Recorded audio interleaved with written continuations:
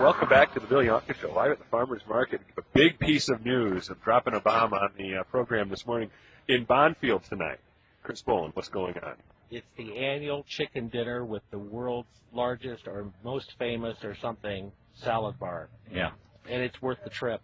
And these are salads. Bonfield. What are some of the salads that they have there? Everything on the salad bar last year was homemade. So it was each of the young ladies of the church chose their favorite homemade salad, and they made it and put it on the salad bar. It's like pea salads and kidney bean salads. Kidney bean, potato salad, egg salad. I mean, pistachio. I'm sure there was. Oh, man.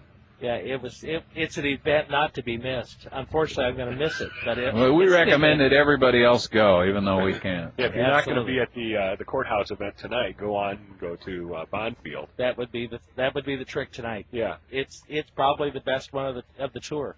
Well, I shouldn't go that far. I know there's a lot of very good dinners. The best dressing tomorrow is at Zion, Well, there's Zion dressing Lutheran tonight at the chicken dinner at Bonfield, too. But and the Zion dinner is outstanding. Turkey and dressing. Yeah, it is. It's great. And a sweet choppy.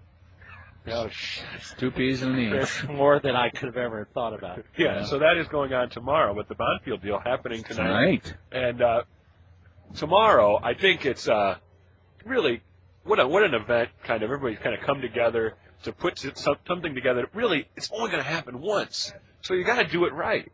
Certainly once in our lifetime. Yeah. Well, it may happen again. This is our 200. shot. It may be the 200, but this will be the only 100 shot. Yeah. No, that building is a magnificent building, and I don't think we ignore the fact of the impact it has on us as we drive by it. It's a landmark, and to have it here for 100 years.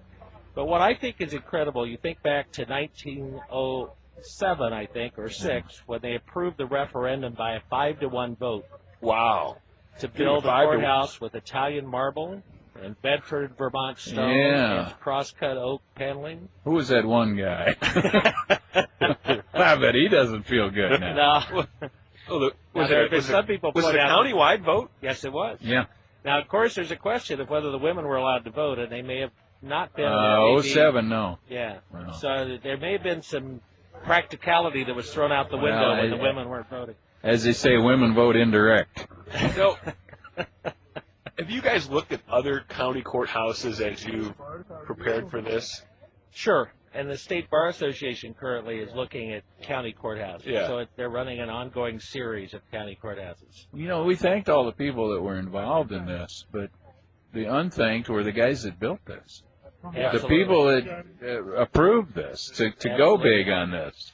And the interesting thing was it was bid for by a gentleman from Lafayette, Indiana, who was the winning contractor, bid a flat bid of $187,000, and according to the newspaper articles, beat all the others by several $1,000s. Yeah. So it was built by the lowest bidder. Well, I thought it would cost at least the lowest announced bidder. Announced bidder. I forgot. We got politics here. Okay. I thought it was the final price though was closer to $280. It was, but there are always cost overruns in government projects, even in 1908. But the 280 figure included all the furnishings and apparently a vacuum cleaner too. Yeah. So. But it really, the other courthouses I've seen in similar communities aren't quite as impressive. No, this is a very impressive courthouse, and when you have lawyers come from other counties, they always stand in awe and say, "Is it wonderful you guys haven't destroyed it and put up some modern piece of..." Yeah, like Joliet we mentioned there. Well, Chris, we appreciate your efforts in organizing this event. I know there's been a good crew of people. I really just did whatever Peggy and Mardine told me to do. That was the most important part of my job. Well, and, when you look at the people who kind of worked on this project, yourself, Elizabeth Dunbar, Peggy, Andy, Mardine, I know I'm forgetting a couple Jamie people. Boyd. Jamie Boyd. Yeah. Well, no, I can, maybe not. But really just a fun group of people to be around, and I can't imagine putting something together with that group and it not being amazingly successful. Their committee meetings were never serious, we'll put it that way. But we got a lot done, and really thanks to Mardine and Peggy, they kept us on track and have organized this event. And it's going to be one heck of an event. It really is. So if you're, hopefully you can make a point to being in downtown Kankakee tomorrow. 11:30 is when everything starts. That's correct. And the Kankakee High School Marching Band will be performing from about 1:45 through the program. So that's an extra added treat. Cool. Performing patriotic songs. Very good. And you have a program on the North Lawn at, what, 2:30? 2 o'clock. 2 o'clock. And Justice Kilbride from the Illinois Supreme Court and a local boy, born and raised in Kankakee, but moved on to bigger and better things, apparently. He'll be giving the keynote speech. Very good. Well, we have some souvenirs, summonses signed by... There are some get-out-of-jail-free cards. Okay, good. That's the primary benefit of coming to this event. Yes, okay. Uncle Paul was worried it was one of those sting operations where you're trying to get me there and put me on jury duty. Or something. Trying to skip out on jury duty. Well, the jury duty, that's another interesting story. We didn't used to call people for jury. If we didn't have enough, we'd go over to the Elks or the Knights of Columbus and just drag them out of the bar. Well, I haven't been called here yet, so what do you use for that? You use voter registration or driver's license, voter registration, and if you're alive and walking. That's pretty much I haven't been called here. I've sent a few guys up the river, but not here. Only in Nevada.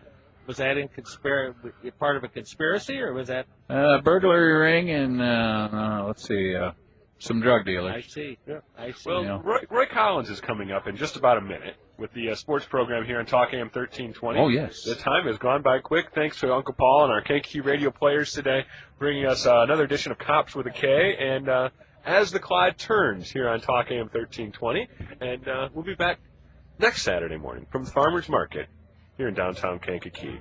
Roy Collins is up next here on Talk AM 1320 WKAN.